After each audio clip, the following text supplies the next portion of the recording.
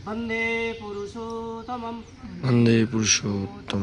आज पवित्र भाद्र परिक्रमा का चतुर्थ दिन है। इस अवसर पर परम प्रेम श्री श्री ठाकुर अनुकूल चंद्र जी के दो पुण्य लीला कहानी के बारे में आलोचना रखेंगे। ये पुण्य प्रवाह किताब से लिया गया है और शीर्षक है मेरी बात को सभी लोगों तक नहीं पहुंचाओगे, मुझे वचन दो।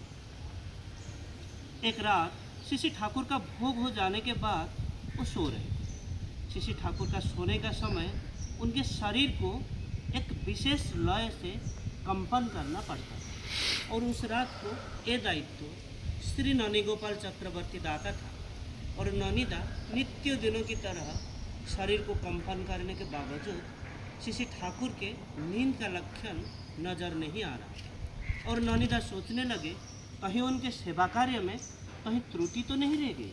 वह पुनः सचेतन होकर कंपन करना शुरू किया और उसके बावजूद नींद का लक्षण नहीं देख पाने से अत्यंत विचलित और असहाय बोध करने लगे और सोचने लगे कि सेवक का काम है गुरु को सेवा कार्य के द्वारा तृप्त करना। उसमें वे विफल हो रहे और सेवक की इससे बड़ी विडम्बना और कष्ट क्या हो सकता है। कुछ देर के लिए किंग कर्तव्य विमूढ़ होकर ननीदा ने साहस संचय किया और श्री ठाकुर से पूछा, आपको क्या कोई कष्ट हो रहा है? ननीदा की आवाज़ सुनकर शिशि ठाकुर आंख खोले और पूछे, क्या कह रहे हैं? फिर ननीदा ने पुनः पूछा, आपको नींद नहीं आ रही है, क्या कोई कष्ट हो रहा है? शिशि ठाकुर धीरे धीरे करवट बदलाते हुए ननीदा की तरफ विषादपूर्ण नज़र से देखते हुए रूधे आवाज़ में बोले, मुझे बहुत कष्ट है, लोगों का कष्ट अब मैं और सहन नहीं कर पा रहा हूँ। और ये कहते कहते शिशि ठाकुर के दोनों आंखों से आंसू की धारा बहने लगी और अश्रुपूर्ण भाव से कहने लगे, नहीं जाओगे? लोगों के घर घर तक नहीं जाओगे? सभी को मेरी बात नहीं बतलाओगे? बोलो जाओगे तो मुझे वचन दो ननी, मुझे वचन दो। और इनकी चरम वेदना भरी व्याकुल इच्छा से ननीदा की आंखों से भी आंसू की धारा बहने लगी और ननीदा रोते रोते बोले, जी हाँ ठाकुर, जरूर जाऊंगा ठाकुर, जरूर जाऊंगा। मैं लोगों के घर घर जाकर आपकी बातें बतलाऊंगा। आप दया करके थोड़ा शांत हो जाइए, सोने की कोशिश कीजिए। फिर धीरे धीरे शिशि ठाकुर शांत हो गए एवं थोड़ी देर बाद सो गए।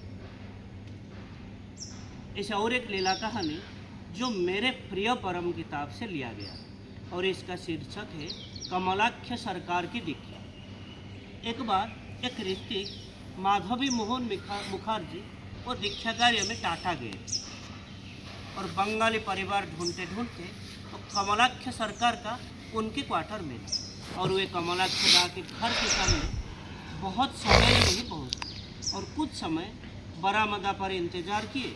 फिर पिछली रात को कमलाख्य और उनकी पत्नी ने गुरु दीक्षा ग्रहण करने का सपना देखा। सुबह उठकर तो दरवाज़ा खोले तो देखे कोई एक सफ़ेद वस्त्र पहन के एक स्वजन बरामदे पर बैठे हैं और घर के अंदर बुलाकर उनसे बातचीत किए।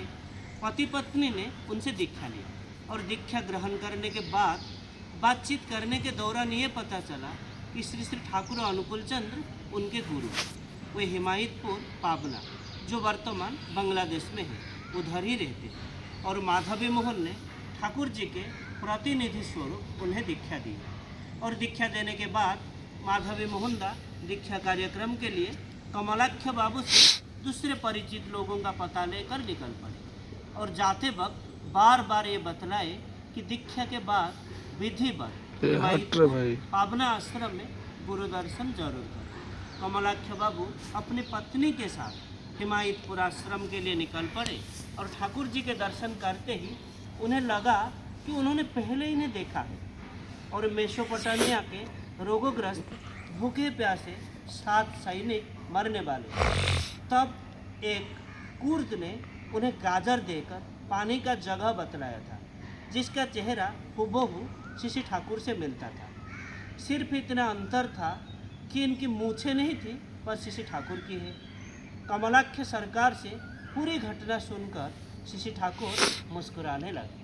तो आज के लिए इतना ही। वंदे पुरुषोत्तमम। वंदे पुरुषोत्तम। जय